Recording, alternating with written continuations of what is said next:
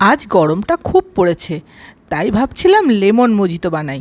তাহলে 8-10টা পুদিনা পাতা নিয়ে নিয়েছি, লেবুর টুকরো করে নিয়েছি, 2টো গ্লাস নিয়ে নিলাম, তাতে লেবুর টুকরো 4-5টা করে, পুদিনা পাতা, 1 চামচ চিনি, হাফ চামচ বিট নুন দিয়ে হালকা থেতো করে নিয়ে একটু লেবুর রস দিয়ে সোডা দিয়ে দিলাম। আপনারা আপনাদের পছন্দ মতো সোডা দিতে পারেন। এখানে আপনারা চাইলে বরফের কুচিও দিতে পারেন, আমি দিইনি। ইচ্ছে মতো সাজিয়ে ঠান্ডা ঠান্ডা পরিবেশন করুন। আচ্ছা বলুন তো, আমরা সবাই তো রেস্টুরেন্টে গেলেই লেমন মজিতো খেয়ে থাকি, তাই না?